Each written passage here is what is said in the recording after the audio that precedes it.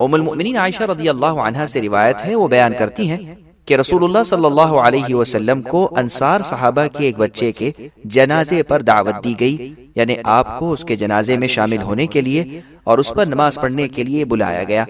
میں نے عرض کیا، اے اللہ کے رسول، اس بچے کے لیے خوشی ہے، یہ تو جنت کے پرندوں میں سے ایک پرندہ ہے، اس سے کوئی برا فعل سرزد نہیں ہوا، بلکہ اس نے برے اعمال کرنے کے وقت کو ہی نہیں پایا۔ آپ نے فرمایا، عائشہ تمہارا اعتقاد یہ ہے، جبکہ صحیح بات اس کے خلاف ہے۔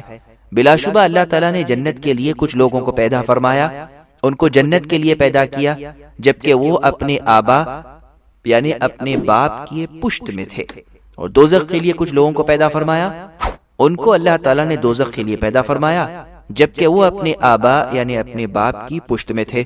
اس حدیث کو امام مسلم نے روایت کیا ہے۔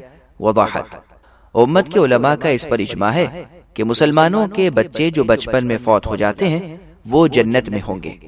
کتاب اللہ اور سنت صحیحہ سے بھی یہی معلوم ہوتا ہے۔ ابو ہریرہ رضی اللہ عنہ سے روایت ہے، وہ بیان کرتے ہیں رسول اللہ صلی اللہ علیہ وسلم نے فرمایا، انسان کا ہر بچہ اسلام پر پیدا ہوتا ہے، پس اس کے والدین اس کو یہودی بنا لیتے ہیں یا عیسائی بنا لیتے ہیں یا مجوسی بنا لیتے ہیں، جیسا کہ چار پائے اپنے بچے کو تام الخلقت پیدا کرتے ہیں، یعنی مویشی، بھیڑ، بکری، گائے وغیرہ اپنے بچے کو کامل پیدا کرتے ہیں، اس میں کچھ نقص نہیں ہوتا، کیا تم ان میں سے کسی بچے کو کٹے ہوئے کان والا پاتے ہو؟